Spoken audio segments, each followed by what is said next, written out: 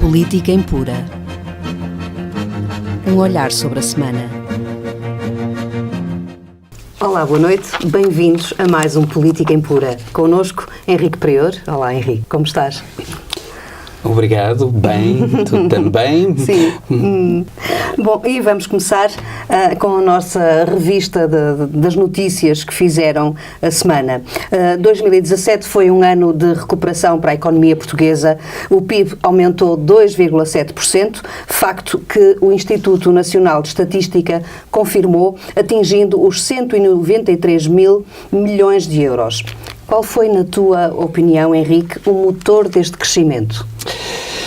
O motor deste crescimento foi, estranhamente, e até, aliás, de certo modo, um pouco diferente daquilo que era o propósito inicial do Governo, que assentava o crescimento na procura e no consumo privado. Este crescimento deveu-se, sobretudo, ao investimento. O que significa que é um crescimento muito saudável. Não foi um crescimento devido ao consumo, mas foi um crescimento devido ao investimento. O investimento na economia portuguesa. O investimento na economia. O investimento cresceu qualquer coisa como 8,4%. É muito. Sim. Segundo as contas do INE, já nos últimos 10 anos que não subia tanto assim. Não subia tanto assim. Não subia tanto. E o investimento, a componente do investimento na construção civil, que é um investimento que tem um grande efeito multiplicador na economia portuguesa. Isto é, a construção civil faz movimentar o cimento, o tijolo, a telha, os vidros, o mobiliário, a iluminação, faz movimentar um conjunto enorme de indústrias, e isso tem um efeito multiplicador muito grande na economia. Mas não foi só o investimento na construção que aumentou bastante, foi também a produção industrial, o investimento na produção industrial que aumentou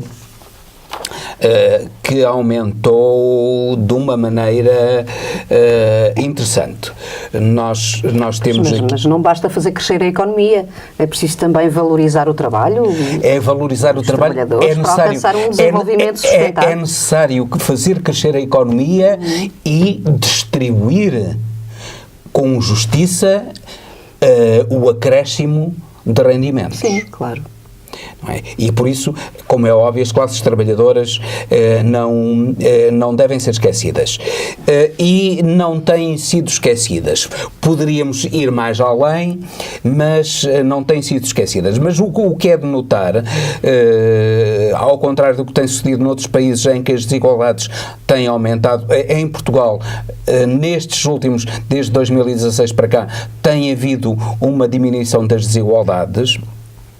E o crescimento, o que é notável aqui, foi que o crescimento este ano superou bastante o crescimento da média da zona de euro, que foi de 2,4%. Nós tivemos um crescimento que foi superior, por exemplo, ao da França, 1,9%, ao da Alemanha, 2,5%, até ao da Grécia, 1,5%, ao da Itália, 1,5%. Tivemos algo inferior ao da Espanha, não foi ligeiramente inferior, ainda foi 0,4% inferior ao da Espanha, mas dentro dos países que mais competem connosco, nós tivemos uma taxa de crescimento acelerado. E no contexto mundial, também. A nível mundial tivemos também uma taxa de crescimento bastante interessante. Notar que fomos claramente ultrapassados, sobretudo, e isso é de realçar. Por exemplo, tivemos um crescimento superior ao do Japão, ao da Inglaterra, por exemplo. O Japão cresceu 1,7%, a Inglaterra também, a Grã-Bretanha 1,7%. Tivemos um crescimento superior ao dos Estados Unidos, 2,3%. cresceram em 2,3% no ano passado. Portanto, estamos num bom caminho. Claro que não estamos, e isso é interessante de verificar-se, que temos um crescimento, e de uma maneira geral o mundo tem um crescimento muito inferior aos grandes países emergentes. A China cresceu 6,8%, por exemplo. É um crescimento notável. A Turquia cresceu 6,7%, também um crescimento notável. As Filipinas também cresceram 6,7%, o Paquistão 5,7%, isto é... Qual é a tua interpretação desses dados? Porquê? Esses dados significam que há países, tu estavas a falar agora nos trabalhadores, mas há países em que a pobreza é generalizada, não é só dos trabalhadores, isto é, a pobreza ocupa mesmo as classes médias, aquilo que entre nós são classes médias, lá são classes altas. E esses países têm tido um crescimento enorme. Isso significa que há um desenvolvimento dessas economias, das economias emergentes, nomeadamente da China, da Índia, da Indonésia. A Índia cresceu 6,4% e a Indonésia cresceu 5,1%. Isso não tem a ver com o financiamento da economia das empresas internacionais, das grandes empresas económicas? Não, tem a ver com os efeitos da globalização. E os efeitos da globalização contra aquilo que muita gente diz, e há alguns liberais que têm razão nisso, os efeitos da liberalização funcionam como uma espécie de vasos comunicantes. Isto é, a riqueza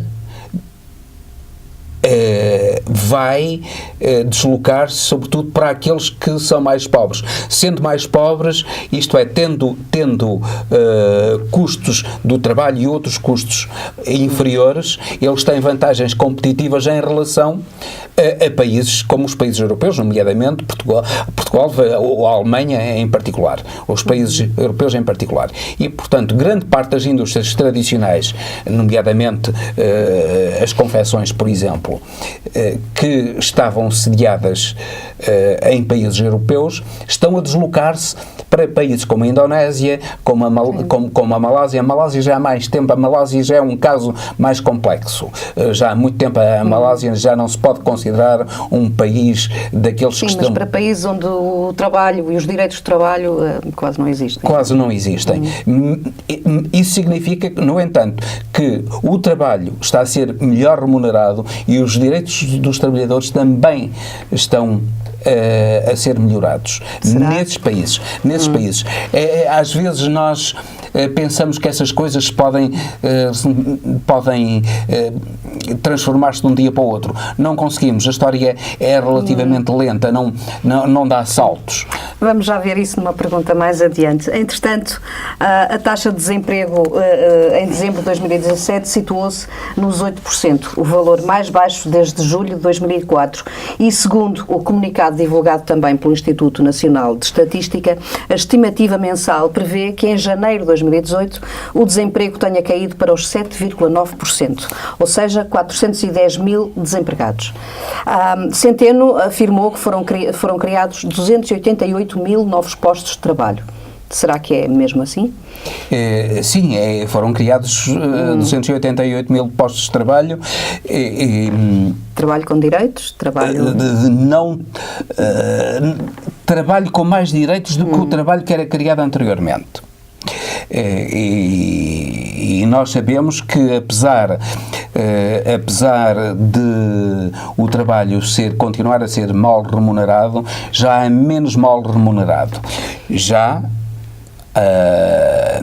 mesmo na hotelaria, onde se fala muito que os trabalhadores são mal remunerados, mas começam a ser já mais bem remunerados, muito melhor do que anteriormente, até por uma razão, é que há falta de mão de obra na hotelaria. E já há casos em que na hotelaria oferecem remunerações de empregados de mesa ou de balcão de 1.000 euros mensais. O que já não é nada mau. O que já não é mau. Há casos desses. Claro que é na hotelaria mais sofisticada já, mas já há casos desses. Portanto, até mesmo nesse caso em que há escassez de mão de obra, como é óbvio, a escassez de mão de obra, a escassez de oferta, aumenta o preço dos bens oferecidos, do custo do trabalho, e isso é natural. E já há aí industriais a queixarem-se que não encontram trabalhadores em determinadas zonas, efetivamente, porque muitas vezes o desemprego não se pensa que o desemprego é algo de simples. Fulano tal quer trabalhar e não consegue trabalhar. Ou uma empresa quer um trabalhador e não consegue um trabalhador. O problema é que muitas vezes quem quer trabalhar, por exemplo, não consegue trabalho na região onde vive. Quem quer trabalhar em Miranda do Douro não consegue arranjar trabalho em Miranda do Douro. E, pelo contrário, há falta de trabalho no Algarve, por exemplo. Mas mudar uma vida de Miranda do Douro para o Algarve é complexo. E, por isso, há um desfazamento entre a oferta e a procura, e esse desfazamento da localização, não é só do preço, é da localização, torna difícil. Da localização entre a oferta e a procura torna difícil o atingir-se qualquer coisa próximo do pleno emprego. E temos de ver também essas dificuldades. E Portugal está a sofrer neste momento bastante esse problema das contingências, das divergências entre a oferta e a procura de emprego. Oferece-se um tipo de emprego para o qual não existe mão de obra qualificada. Por exemplo, na área da informática existe uma grande procura de emprego, oferta de emprego, aliás, mas não existem trabalhadores qualificados para essa área. Sim. Não é? A nossa formação não avançou tão rápido como seria desejável. É natural que, com o tempo, até porque as gerações mais jovens são mais qualificadas e, portanto, com o tempo essas gerações acabam por ter mais facilidade de encontrar empregos. E, portanto, jovens, temos esperança que o desemprego jovem até continue a diminuir. Infelizmente não tem sucedido assim, e há muita pobreza entre os jovens. Era precisamente isso que ia perguntar, porque quando falamos de jovens empregados, verifica-se que eles enfrentam dois problemas, pelo menos gravíssimos. Embora trabalhando, estão a empobrecer dia a dia. E por outro lado, a aquisição ou o arrendamento de habitação própria está cada vez mais difícil para os jovens. Isto tem a ver também muito, talvez, porque a esmagadora maioria desses jovens oferem o salário mínimo nacional. Pois. E pese embora nos últimos anos, atenção, o salário mínimo nacional subiu bastante nos últimos anos. Sim, e este ano já subiu. Seria assim, desejável. 580 euros, não é? 580 euros ainda não chega. Não chega porque não chega sobretudo nas grandes cidades, Lisboa e o Porto. Nós temos uma macrocefalia destes dois polos urbanísticos, o polo lisboeta e o polo portuense. E fora disso, os preços não subiram assim tanto. Bem pelo contrário, há alguma facilidade em arrendar, até por preços relativamente baixos. Simplesmente, aí também já não há juventude. O grande problema é esse. É que a juventude afastou-se toda daí. As taxas de natalidade nessas zonas são dramaticamente baixas. Isso é um grande problema do país. A desertificação do interior, a falta de jovens no interior e a concentração dos poucos jovens que temos, porque temos uma taxa de natalidade e infelizmente os nossos políticos não olham para a geografia. Porque os nossos políticos deviam ser, antes de mais, historiadores e geógrafos. E o que eles são é tudo menos historiadores e geógrafos. Porque a história e a geografia são essenciais. Mais importantes porque são a base de sustentação da própria economia. E portanto, dever-se-ia pensar na geografia e na história para perceber a economia, para manejar os esquemas de funcionamento da economia, de modo a colmatar os problemas que quer a história, quer a geografia mostram que o país tem, e infelizmente isso não tem acontecido. E a pobreza jovem existe, é grave, sobretudo é grave cada vez mais. Os casais têm filhos numa idade possível, sim, mais tarde numa possível, idade sim, menos tardio. filhos e o mais tarde possível, Sim. e continuam em casa dos pais muito tempo, porque realmente não têm Mais uma vez, não será a valorização do trabalho crucial para os trabalhadores e para o país? Claro que a valorização do trabalho é crucial. A valorização do trabalho, mas também do empreendedorismo, da capacidade de criação, da capacidade de risco, porque o trabalho sem a capacidade de risco e a capacidade de investimento não funciona. Porque tem de haver, a não ser que se considere o Estado o único investidor.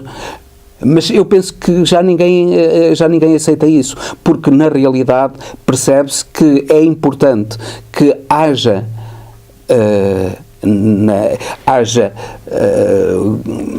players, digamos assim, jogadores na economia, os mais diversificados possível, e portanto que haja a capacidade por parte de players privados criarem riqueza, investirem, criarem novas indústrias, criarem novas formas de riqueza e criarem novos postos de trabalho mais qualificados, mais bem remunerados também. Sim. Isso é essencial. As duas coisas são essenciais. Uma coisa não pode funcionar sem a outra. Claro. Agora vamos passar para as notícias internacionais. No próximo domingo, o próximo domingo será decisivo para o futuro da Europa. Por um lado, as eleições em Itália, que ameaçam colocar no governo de Roma um homem como Matteo Salvini, um extremista de direita. Por outro lado, um referendo na Alemanha entre os inscritos no SPD, que vai decidir se os social-democratas dão luz verde ao governo de grande coligação com os democratas cristãos de Angela Merkel.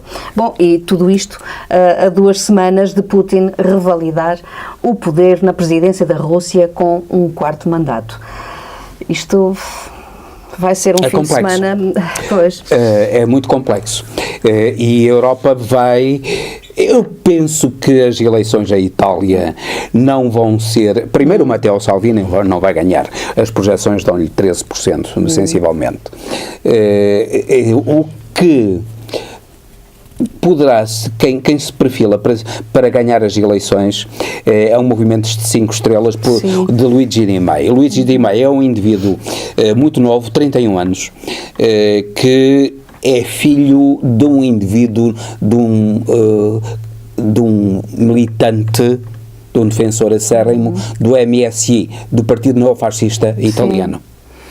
E é um indivíduo, estranhamente, a última atividade que ele teve foi assistente no estádio do Nápoles. Nós imaginamos, ele esteve num curso de engenharia que não acabou, depois foi para um curso de direito que não acabou também, e depois foi assistente no estádio do Nápoles. Nós imaginamos, nós sabemos o que é o futebol italiano e sabemos o que é o Nápoles em particular dentro do futebol italiano, e imaginamos o que é que será um indivíduo desses à frente da Itália, porque esse sim pode ganhar. As projeções dão-lhe 26%, à frente do Partido Democrático. À frente do Partido Democrático de Renzi, Matteo Renzi, que foi o grande causador desta instabilidade. A arrogância do Matteo Renzi e a sujeição do Matteo Renzi aos ditames da Europa. Assim como a sujeição de Prodi também aos ditames da Europa. E, efetivamente, a Itália, assim como Portugal, assim como os países do sul da Europa, estão a sofrer um problema enorme, que é o problema decorrente da impossibilidade de emissão de moeda. A moeda está controlada totalmente pelo Banco Central Europeu. Ora, sendo assim, os Estados abdicaram de uma parte importante da sua soberania monetária que lhes permitia, através da emissão de moeda, pagarem. Por exemplo, os Estados Unidos não têm problemas com a dívida, que tem a Itália um problema trágico com a dívida, que como a dívida é grande, os impostos aumentam, aumentando os impostos, diminui o rendimento disponível, diminui o investimento também, e portanto, aumenta a pobreza e aumenta o desemprego. A pobreza em Itália é absolutamente dramática. Absolutamente dramática, muito maior do que em Portugal. E então o desemprego jovem é terrível, atinge perto dos 40%. Sim. Dos jovens.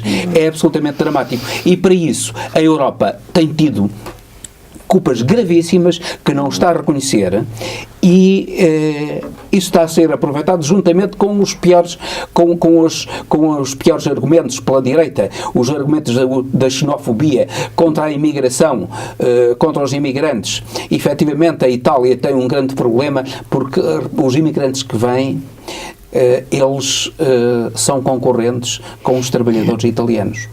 E vemos que os partidos de esquerda não defendem defendendo os imigrantes, como é o seu dever, são seres humanos que têm direitos iguais a qualquer ser humano e que têm o direito de ser protegidos, mas esses seres humanos estão dispostos a trabalhar em Itália por preços muito mais baixos do que os trabalhadores italianos.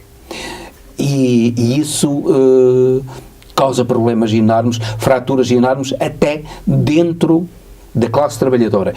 E é isso que justifica a ascensão de movimentos como de extrema-direita ou deste movimento de centro, umas vezes centro-direita, outras vezes centro-esquerda, que é o Cinco Estrelas, que foi fundado por um comediante e que agora está nas mãos deste indivíduo que é um pouco misterioso, que aparece ao contrário do fundador que era um comediante, ao contrário do comediante fundador do Cinco Estrelas, o Luigi Di Maio parece um gentleman, com ar sério, com ar dialogante. E muitas vezes é preferível ter-se um palhaço à frente do que um indivíduo altamente perigoso, do que um indivíduo sério, que é um indivíduo de duplice caráter. De qualquer forma, este fim de semana houve uma grande manifestação nas ruas, onde se ouvia, o principal slogan era o não ao fascismo.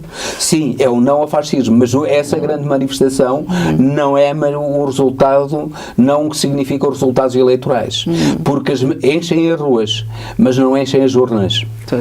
E o que dita os resultados das eleições são as urnas, não são as ruas. Tu podes ter 500 mil pessoas nas ruas, mas se tu tens 50 milhões de eleitores a votarem na direita, não te resolve nada, a rua não te resolve nada. Itália corre mesmo o risco de ter um eu estou convencido, eu estou convencido que vai ter um governo, que o governo de Itália vai ser um governo do Movimento Cinco Estrelas, que vai ter a maioria, juntamente com o partido do Berlusconi e com a Liga do Norte. Entretanto, na Alemanha, achas que a Merkel arriscará a conduzir um governo minoritário se não houver acordo entre os dois partidos? Eu penso que não, porque ela provavelmente já estará com medo. Já fez cedências. Já fez cedências. Não sei se essas cedências serão suficientes para o SPD entrar no governo. Atribuindo os principais ministérios? Mesmo assim. É que eu entendo que isso é extremamente perigoso. Porque o partido AfD, aliás, quer dizer Juntos pela Alemanha, que é o partido neonazi, um partido extremamente que teve uma subida enorme nas eleições anteriores. Se o SPD for para o governo, transforma-se no maior partido da oposição. Os neonazis são o maior partido da oposição. E no caso de falhanço de um governo destes, que vai falhar, temem-se de condições, teme-se uma guerra económica a nível mundial. Ontem foi desencadeada pelo Trump uma guerra económica a nível mundial. Então. Atenção. E isso vai... Um discurso a primeira... sobre o Estado da Nação. Não. Do Trump. Não foi do Putin. Desculpa, do Trump. Sim, do Trump. Foi pelo Trump. O que é que ele vai aumentar as barreiras alfandegárias da América contra países, contra a União Europeia, contra a China, contra o Canadá e contra outros países. Repare-se, é óbvio que países, nomeadamente, por exemplo, impostos sobre o aço, ele para defender a indústria do aço e a indústria do carvão, ele vai carregar com impostos os produtos vindos da Europa, nomeadamente, por exemplo, automóveis. Ora, como é óbvio, a Europa vai retaliar. Se a Europa retalia, isso significa que há menos comércio entre a Europa e a América. E a Europa vai se ressentir disso. Ressentindo-se disso, se o SPD estiver no poder, juntamente com a senhora Merkel, vai haver por parte da extrema-direita alemã uma grande oposição à democracia na Alemanha. E teme-se que a extrema-direita alemã, os neonazis, são neonazis de facto, é gente agressiva, xenófoba, racista, violenta, antissemita, é do pior que existe, da gente mais execrável que existe, daquilo que há de pior na humanidade, é o ressurgir do animalesco no homem, que eles é de temer que eles tenham nessas circunstâncias uma votação e tomem o poder na própria Alemanha. Pois, entretanto, o Putin está quase a revalidar o 4º mandato. Sim, o Putin está a revalidar o 4º mandato com uma arrogância enorme, e isto demonstra até que ponto é que os Estados Unidos são um país que vive um momento de dramatismo enorme, porque os Estados Unidos têm um indivíduo completamente ignorante e incompetente à sua frente. E um indivíduo que suspeita-se que foi lá colocado pela própria Rússia. Estamos à espera das revelações do Paul Manafort. O Paul Manafort foi o estratega da campanha, foi o servo, foi o braço direito do Putin do Trump na campanha eleitoral dele. Foi o indivíduo que levou o Trump ao poder. Ele é nem mais nem menos do que o indivíduo de confiança que fazia lobby para o Yukhanovich, que foi o indivíduo de confiança da Rússia de Putin na Ucrânia, e que fazia lobby para a direita do Kwasniewski na Polónia. Tudo aquilo que é direita, que é antidemocrata, tinha feito lobby para eles. E as revelações do Paul Manafort vão ser extremamente interessantes para se saber até que ponto é que Putin está mesmo envolvido no triunfo de Trump nos Estados Unidos. Mas para além da óbvia superioridade intelectual de Putin relativamente a Trump, há uma coisa dramática nos Estados Unidos. É que os próximos candidatos eleitorais com mais possibilidades para se defrontarem o Trump são atores de cinema. Nomeadamente, imagina tu, o George Clooney. O George Clooney. Não sabia. Candidato à presidência dos Estados Unidos, com boa votação, e a Oprah Winfrey também. Não, ela já tinha dito que não ia concorrer. Não tinha intenções. Ela disse que não, mas muitas vezes é o ninho. Também, o Marcelo disse que nem que Deus viesse à Terra não sei quantas vezes, nem que Cristo descesse à Terra não sei quantas vezes, que não era candidato. E lá está ele como presidente. Portanto, isso vale o que vale.